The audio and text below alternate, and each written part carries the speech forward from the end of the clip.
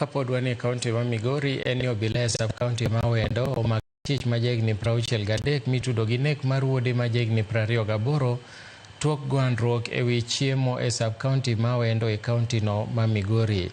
Jatend obila e sub-kaunti ma Wendo Julius Kemboi owacho na chich moyangi kaka Jared Ouma maende noringo nyomaki odiochieng' manyoro kendo ichano tere e nyim doho. Kemboi wacho ni maling'ling maende giyudo en ni achijno moyangi kaka Jared Ouma ncha nogoyo monego wuode Geoffrey Ouma. Mzee mmoja aliweza ua mtoto wake kijana wa umri ya miaka 28.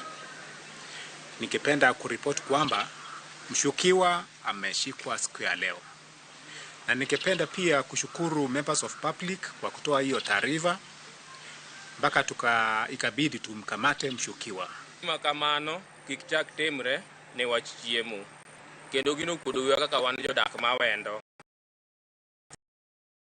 Ting' yoyo machielo minyalo kwerego ok ni kawo chike lweti tinego nyathi matin to iniki ni malo makoro sani idhi kaka jaduong' ni sani en jaduong' ma hike ni ng'eny jahiga 63 ma sani odhi to e jela ne wach nek madowe kawo chike lwete de sani koro ok odhi e jela.